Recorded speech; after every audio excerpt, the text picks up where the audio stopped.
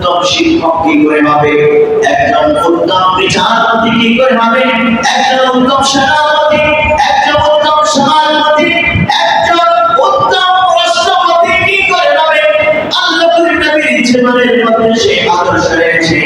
এই জন্য আল্লাহ তাআলা বলেন, লাকাদ কানা লাকুম ফি রাসূলিল্লাহি উসওয়াতুন হাসানাহ লিমান কানা ইয়ারজুল্লাহ ওয়াল ইয়াওমাল আখির ওয়া যাকারাল্লাহ কাসীরা।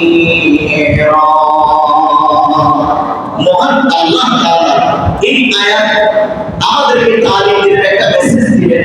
আরেকটা আয়াত সূরা আম্বিয়া 107 নম্বর আয়াত আল্লাহ তাআলা বলেন, ওয়া মা আরসালনাকা ইল্লা রাহমাতাল লিল আলামিন।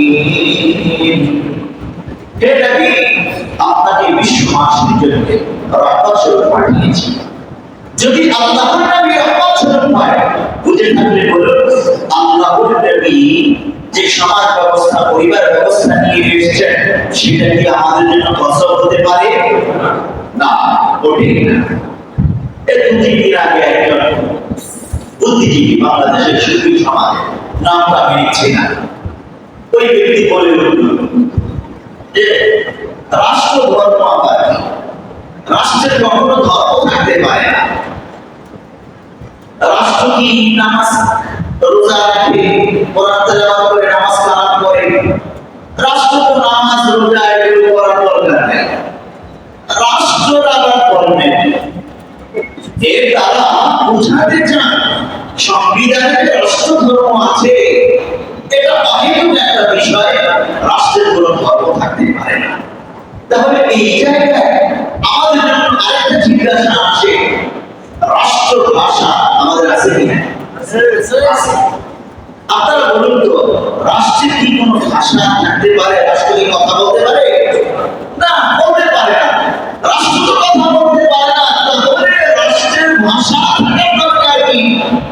রাষ্ট্র ভাষা তো আছে, যুক্তি দিলে যুক্তি দেওয়া যায়। আমরা এই যুক্তির মধ্যে নাই। মহান আল্লাহ তাআলা আমাদেরকে যা শিখিয়েছেন ওটাই পালন করা আমাদের দায়িত্ব এবং কর্তব্য। রাসূলুল্লাহ সাল্লাল্লাহু আলাইহি ওয়াসাল্লাম পৃথিবীতে আগমন করার পর আইয়ামে জাহিলিয়া চিত্রকে পাল্টানোর জন্য রাসূল মক্কা থেকে হিজরত করে যখন মদিনায় যায়, মদিনাতে 10 বছর ছিলেন আল্লাহ বলে নেবেন। তিনি গিয়ে দেখলেন মদিনাতে কোনো রাষ্ট্র নাই। মদিনার জনগণ জোর জার মুলুকটাকে নিয়ে চলে। কিভাবে? দেখুন, রাষ্ট্রবিজ্ঞানীরা বলেন একটা রাষ্ট্র হওয়ার জন্য 4টা জিনিস দরকার। 4টা জিনিসের মধ্যে একটি হলো নির্দিষ্ট একটা ভূখণ্ড লাগবে, তারপরে একটি জনগোষ্ঠী লাগবে, একটি সরকার লাগবে, আর সার্বভৌম ক্ষমতা বা সার্বভৌমত্ব লাগবে। আল্লাহর নবী যখন মদিনায় চলে যান, হিজরত করে গিয়ে দেখেন সেখানে একটি নির্দিষ্ট ভূখণ্ড আছে আর জনগোষ্ঠী আছে, কিন্তু সেখানে সরকার ব্যবস্থা নাই, সার্বভৌমত্ব নাই। সরকার ব্যবস্থা এখানে কি আছে? ওখানে আছে গোত্র শাসিত ব্যবস্থা, দল শাসিত ব্যবস্থা।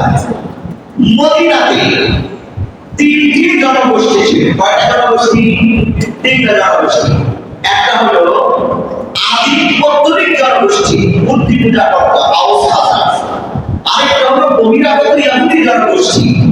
আর 3 নম্বর হলো নবদীক্ষিত মুসলিম আনসার সাহাবীরা। এই 3টা জনগোষ্ঠী মদিনায় বসবাস করত। তো আউস এবং খাজরাজ মূর্তি পূজক, তারা তাদের মত করেই তাদের জনগণকে পরিচালনা করত। দলীয় পরিচালনা, এক দলের কমান আরেক দল মানত না। এইভাবে ইহুদি